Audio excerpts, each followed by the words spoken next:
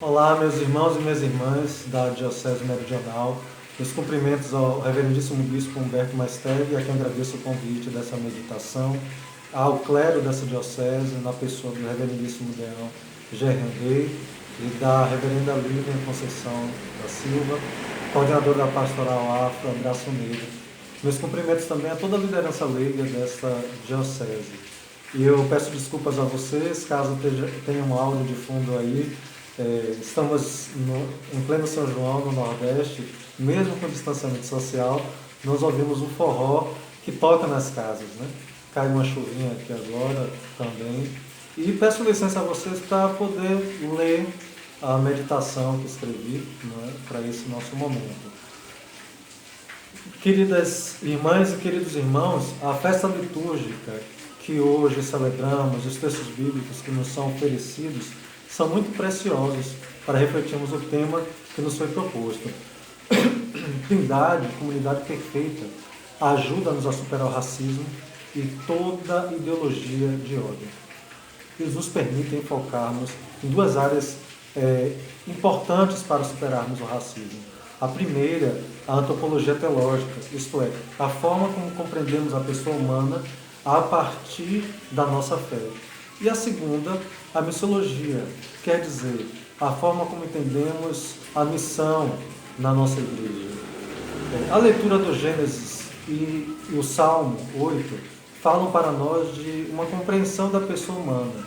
Os versículos 26 e 27 do primeiro capítulo de Gênesis, por exemplo, nos informam algo tão básico à fé cristã e ao mesmo tempo tão estrategicamente esquecido. Todas as pessoas são amadas por Deus. Todas as pessoas são imagem e semelhança de Deus. Façamos o homem a nossa imagem e semelhança. Por essa razão, uma série de ideologias e práticas humanas são um afronto ao próprio Deus. O racismo, a LGBTfobia, o machismo, a xenofobia e tudo quanto é tipo de prática que pretenda negar dignidade a alguma pessoa humana. Permitam-me dizer-lhes que esta é uma das verdades da fé cristã que fez os meus antepassados e de todas as pessoas cristãs negras desse país acolherem o Evangelho, apesar das contrariedades dos pregadores e pregadoras. Essa é uma verdade elevada e profunda demais para depender da coerência de vida de quem prega, não é? É uma verdade que acalenta e dá força para um povo sofrido no contexto de usurpação de sua própria dignidade.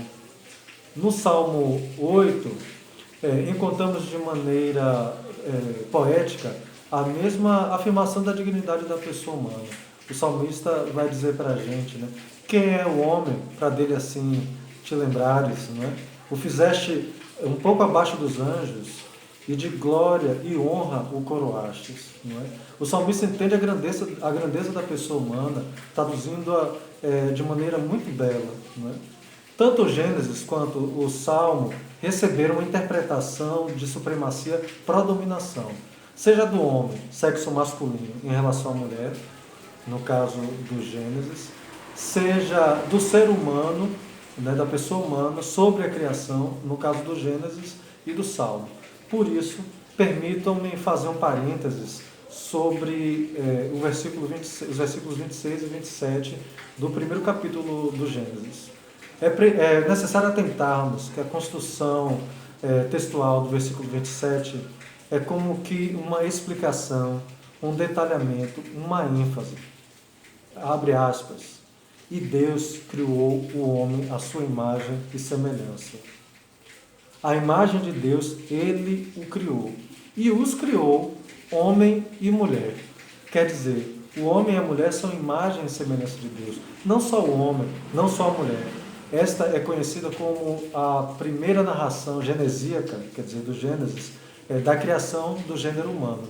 Mas existe uma segunda narração, não é? Que está presente em Gênesis 2, aquela que fala de que o homem foi criado primeiro, e depois, vendo a solidão do homem, Deus criou da costela deste a mulher.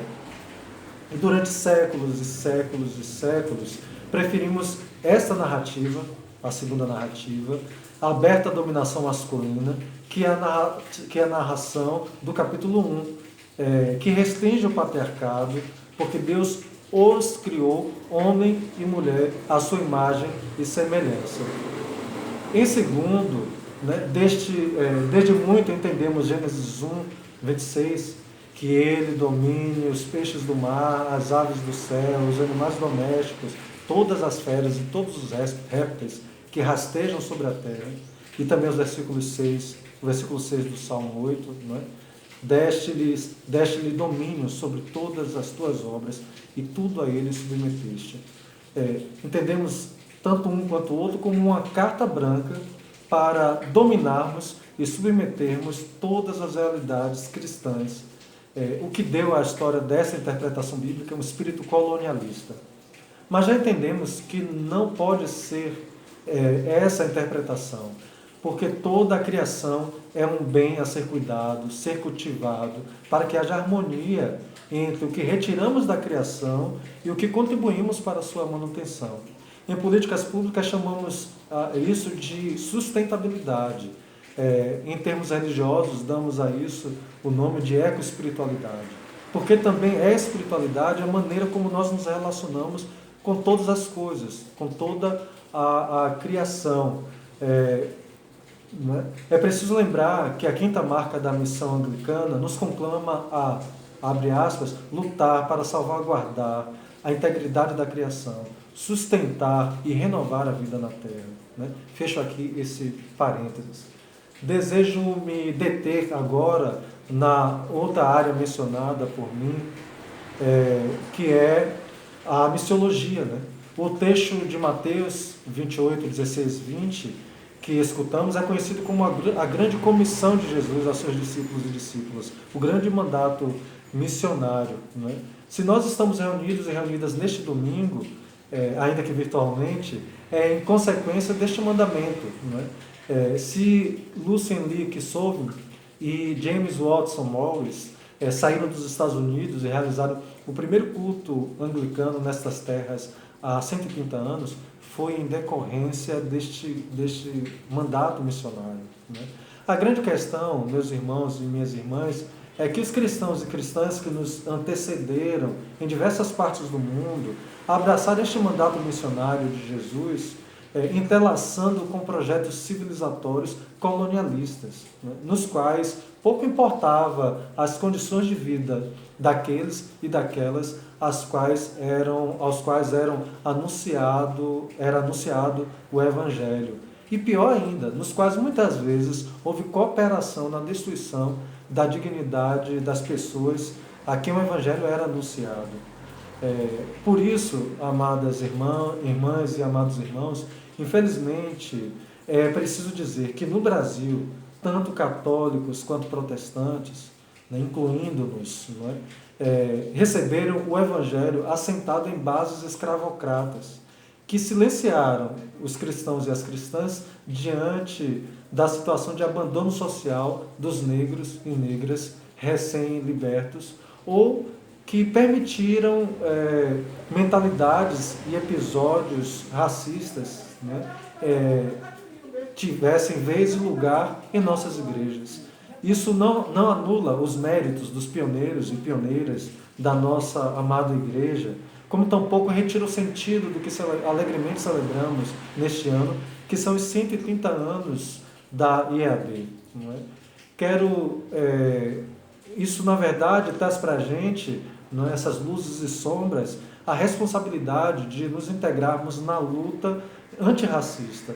Não para que sejamos mais uma organização do movimento negro, e sim porque precisamos afirmar que vidas negras importam para Deus, que essas vidas também são imagem e semelhança de Deus, e que por isso não podem continuar a serem vítimas do abandono social, nem de estratégias de morte, cuja faceta mais dolorosa é o extermínio da juventude negra.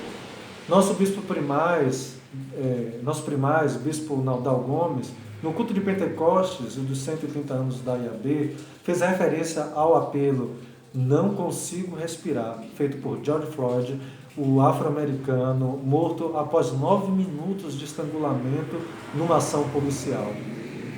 Nessa referência, o Primaz nos chamava a atenção de que ainda há muito o que a IAB fazer e de que, abre aspas, não podemos deixar de olhar a realidade, nossa realidade, onde nós estamos como igreja, como comunidades e como pessoas. Ali, dizia o Primaz, nós somos chamados a atuar e sermos instrumentos reais, concretos, do amor de Deus para com todas as pessoas. Nesse sentido, minhas irmãs e meus irmãos, se realizar a grande comissão de Jesus, ide e fazer discípulos meus, discípulas minhas, demanda olharmos a realidade onde estamos e é nosso dever sinalizar a luta antirracista como uma parte do que ainda há por fazer em nossa igreja, considerando que viver no Brasil ainda não é a mesma coisa para pessoas brancas e negras. Enquanto uma pessoa branca de nossa igreja se preocupa com qual faculdade seu filho, sua filha cursará, eu me preocupo se meu filho estará vivo para cursar faculdade. Não é? Nós, pessoas negras, temos que nos preocupar diariamente onde nossos filhos estarão protegidos.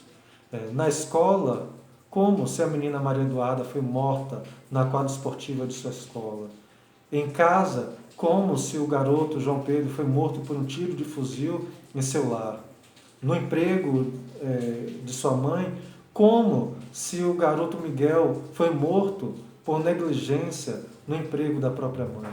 Não é? Eu sei que eu sou um pai que está falando deste medo, mas este medo é sobretudo de mulheres negras, mães solos, que perdem a saúde mental, a saúde emocional diante da trágica perda de seus filhos. E eu tenho me deparado com isso aqui na Bahia, na minha pastoral. Não é? Nesse sentido, deixemos-nos persuadir pelo Espírito Santo, Ruá de Deus, Ruá divina, para a compreensão de que a tarefa missionária não é dominar realidades, mas sim colocar-nos a serviço de quem necessita de justiça. E nos disponhamos a, abre aspas, responder às necessidades humanas com amor e a procurar a transformação das estruturas injustas da sociedade, desafiar toda espécie de violência e buscar a paz e a reconciliação, fecha aspas, como nos ensinam a terceira e a quarta marcas da missão anglicana. Concluo aqui recordando que em 1960, no congresso de 70 anos da Igreja Episcopal Brasileira, como se chamava a IAB, o Dr. João Del Nero defendeu explicitamente que a Igreja deve atacar corajosamente as distinções raciais que provêm do próprio Estado. 60 anos depois, estou aqui dizendo que devemos denunciar o racismo praticado pelo Estado e reconhecer o próprio racismo que praticamos. Porque para podermos sermos comunidade de Jesus, precisamos promovermos a vida em plenitude para todas as pessoas. Deus nos abençoe, Deus que é uno e trino, nos ensine a nos valermos de nossa diferença para potencializarmos o nosso amor. Muito obrigado, um abraço para toda a Diocese Meridional.